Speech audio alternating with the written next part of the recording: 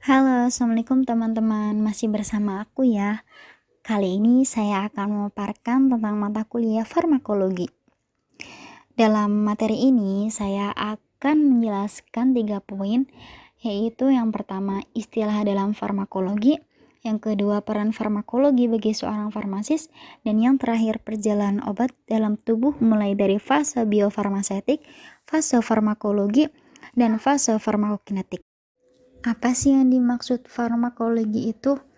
Farmakologi itu berasal dari bahasa Yunani, yaitu seperti pharmakon. Setiap zat kimia yang dapat mempengaruhi proses hidup pada tingkat molekular, farmakologi sendiri dapat didefinisikan sebagai ilmu pengetahuan yang mempelajari interaksi obat dengan konstituen unsur pokok tubuh untuk menghasilkan efek terapi. Rumusan para ahli khususnya melalui pengingitan molekul-molekul regulator yang mengaktifkan atau menghambat proses-proses tubuh yang normal. Oetran dan Adjung, ilmu yang mempelajari mengenai obat, mencakup sejarah, sumber, sifat kimia, dan fisika, komponen, efek fisiologi, dan biokimia. Mekanisme kerja, absorpsi, distribusi, biotransformasi, ekresi, dan penggunaan obat. Farmakologi dan terapi. Dengan demikian, farmakologi merupakan ilmu pengetahuan yang sangat luas cakupannya. Dengan berkembangnya ilmu pengetahuan, beberapa bagian dari farmakologi ini telah berkembang menjadi disiplin ilmu tersendiri dalam ruang lingkup yang lebih sempit, tetapi tidak terlepas sama sekali dari farmakologi. Misalnya farmakologi klinik, farmasi, toksikologi, dan lain-lain. Dari peran farmakologi seorang farmasis sendiri, tidak hanya dokter dan perawat yang bertanggung jawab untuk mencapai iuran klinik yang positif, farmasis juga bertanggung jawab untuk mencapai kesembuhan bagi pasien, mengurangi gejala penyakit, memperlambat mencegah perkembangan penyakit, mencegah terjadinya sakit atau timbulnya gejala suatu penyakit.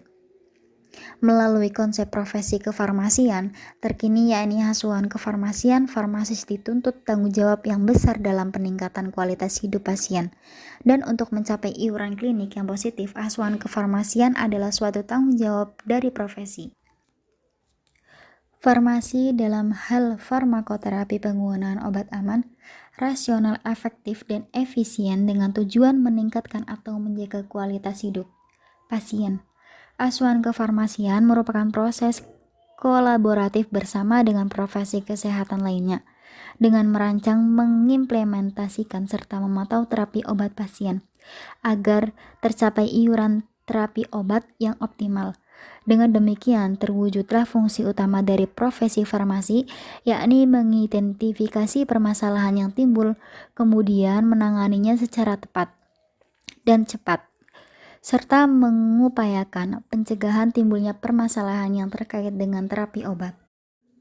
Farmasis memiliki peran yang sangat penting sebagai penyedia informasi tentang pengobatan TB dan permasalahan yang timbul dengan terapi. Farmasis juga berperan penting sebagai penyedia jasa, penyuluhan, dan pendidikan.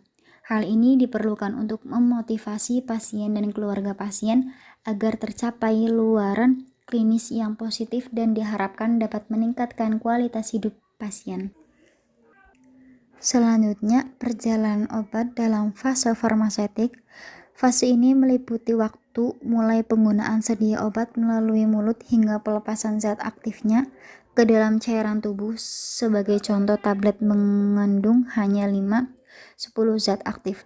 Tambahan terdiri dari 80% zat pengencer, zat pengikat, dan 10% zat penghancur tablet.